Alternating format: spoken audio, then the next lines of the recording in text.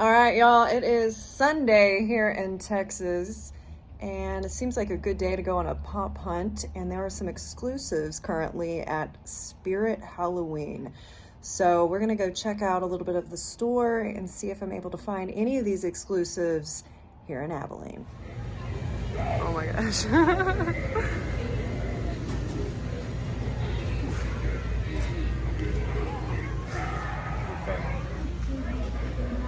Oh my god, yeah, that's so cute.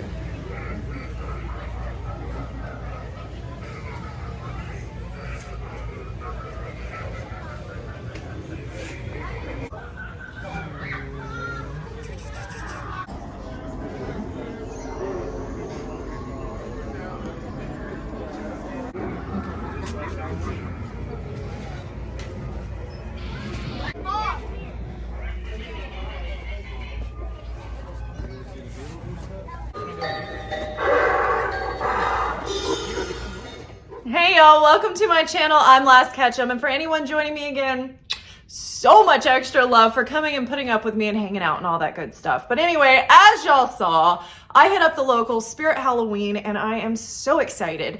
Every year they get some really cool, or at least I know last few years, they've gotten cool exclusives from Funko, guys. So this year there are 3 that I'm aware of because we had 2 in my store, and then there was 1 that I did not see locally. And y'all, I looked through the sections that would have had, you know, the things from the movie that it was based on, looked where they had the Funkos. I didn't see it anywhere unless it was in some weird spot where they haven't received them yet. Who knows, maybe that's the only one they sold out of. I'm not sure, but either way they didn't have it. And that first one was the Jumbo guys from Killer Clowns in Outer Space, the Blacklight edition. So definitely pretty cool looking. I'm a big fan of Blacklight, glow, all that kind of stuff. So definitely one that would have been kind of cool for the collection, but not the end of the world. They didn't have it. Save me some money. The other one that they had that I did not pick up this time that you also would have seen in the video, which I will show close up here, was the Sanderson sisters. And it is the scene with the microphones where they are singing to the parents to dance till they die.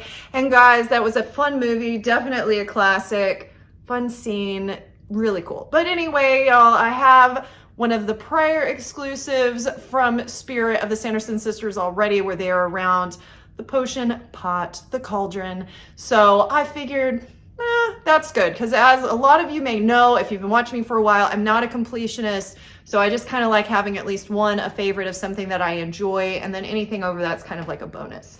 But the pop that I ended up picking up, which y'all probably already know because you saw my intro, but the one that I picked up is from the movie Trick or Treat.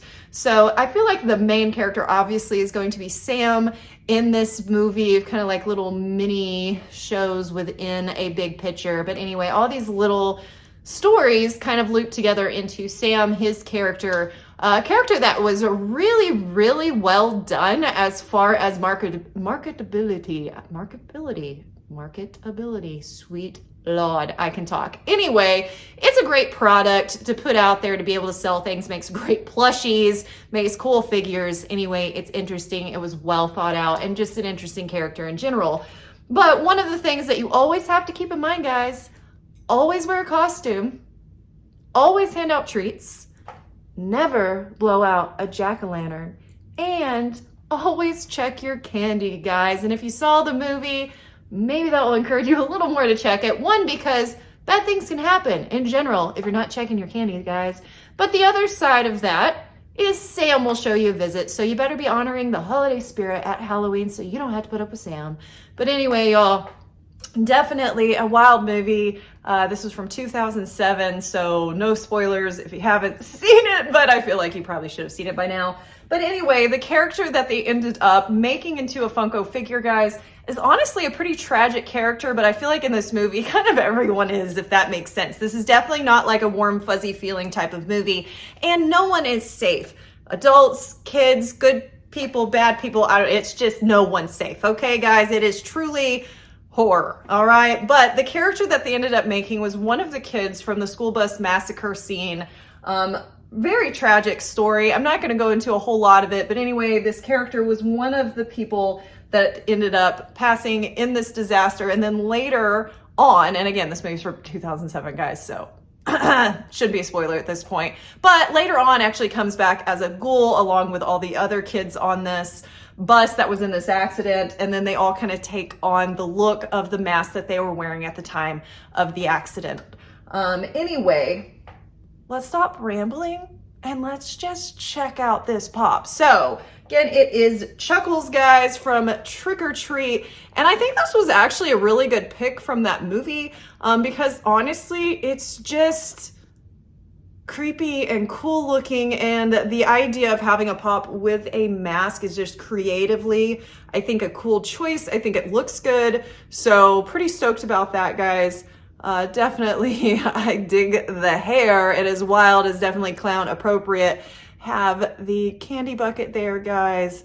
But anyway, y'all, I think it is really neat. Always love it when they have like something unique to the shows or movies or whatever it may be on the back versus something that's kind of like more generic or plain or just the pops. But anyway, it definitely adds some flavor and some characteristic to these. So let's check out the back here.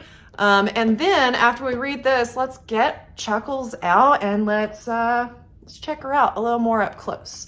So on the back, we have a picture of Sam, of course, and that is him masked. Of course, unmasked Sam looks like some really disturbed, like skeleton looking jack-o'-lantern. So this is definitely his cuter version of self. But it says, guys, from the cult hit Trick or Treat comes Sam, the mischief spirit of Halloween who enforces the holiday's ancient traditions, wear a costume, hand out treats, never blow out a jack-o'-lantern, and always check your candy. To the untrained eye, Sam looks like any other trick-or-treater, but what lurks under the burlap sack and orange footy pajamas is anything but sweet. Anyway, very cool. I'm not gonna lie, I hadn't even read that yet, so very nice Funko. All right, guys, let's get in this. Let's get a closer look. Y'all can let me know what you think. Is this one that you're gonna be picking up or not? But anyway, definitely just think it's cool, and I like anytime there's some unique styling to any type of figure, whether that be Funko, statues, whatever it may be. But like I said, what I like on this one is that it is somebody wearing a mask. So here we go, guys. I love how, again, I don't know. Like I said, details are a thing for me. I like the way you can see that these little overalls are a little too long, bunching around the shoes. Definitely cool. And as you see, there's a little hole there, and that is for actually to be able to put this one on a stand, which I have left over there for now. But anyway, we've got the little jack-o'-lantern, guys. We've got candy in it. Got the red hair put back in pigtails, which again almost adds to the innocence and honestly part of the tragedy of this character along with the other ghouls. But I do think it does a unique twist of, in the movie, making no character what you would expect, if that makes sense. Like, unfortunately in this one, kids are not safe.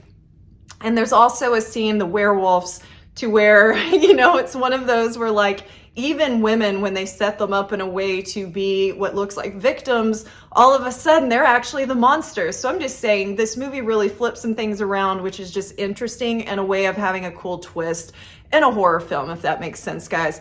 But I really think, you know, just having the mask, you can see the strap where it's over the face. I just thought this was a really cool touch. And you can also kind of see like behind it where there's a little space, and you can see the color of the skin behind the mask. So I like that it just doesn't look just painted on. Like, you can tell that there was paint behind this, even if it's only within the realm of what the mask covers. What would have stepped this up, and again, these are not expensive figures, was if they had had a removable mask. Although in reality, you don't ever see the kids without the mask as far as like while they are alive. So that's probably one reason that we're probably not going to get that per se. But anyway, I just thought this was kind of cool. I love the mask element. I love the little details, like I said, where you can obviously see that this looks like it is put on the figure like an actual mask, but very cool. So let me know what y'all think on this. And then also, just for fun, I'm going to pop off of this and I'm gonna get a blacklight on this, just because with all of this white in this mask, even though it's not a blacklight pop, I think this is gonna look dope in blacklight. So I'm gonna sneak over, get the black light, and let's see how it looks. All right, guys, we are back in the closet. Let's check this baby out. All right, guys, so let's see what kind of glow we're gonna get here. So it looks a little more blue in person than it does on camera. On camera, it definitely looks a lot more white, but that mask definitely does capture this lighting. And then the hair, actually, the sculpt that's actually on the head lights up really well. Like, it is really pretty, although it's kind of funny because the ponytails don't light up. So it's only the hair colored on the head. So really the only reaction I'm seeing at all with this Funko is the face and the hair. So basically the head sculpt, with the exception, I guess, of the skin and pigtails. So very interesting, guys. Also, guys, I'm gonna apologize because I didn't realize until like I was walking to the closet that I didn't turn up my volume, and I also didn't plug in my microphone. So if this is crazy hard to hear, I'll do better next time.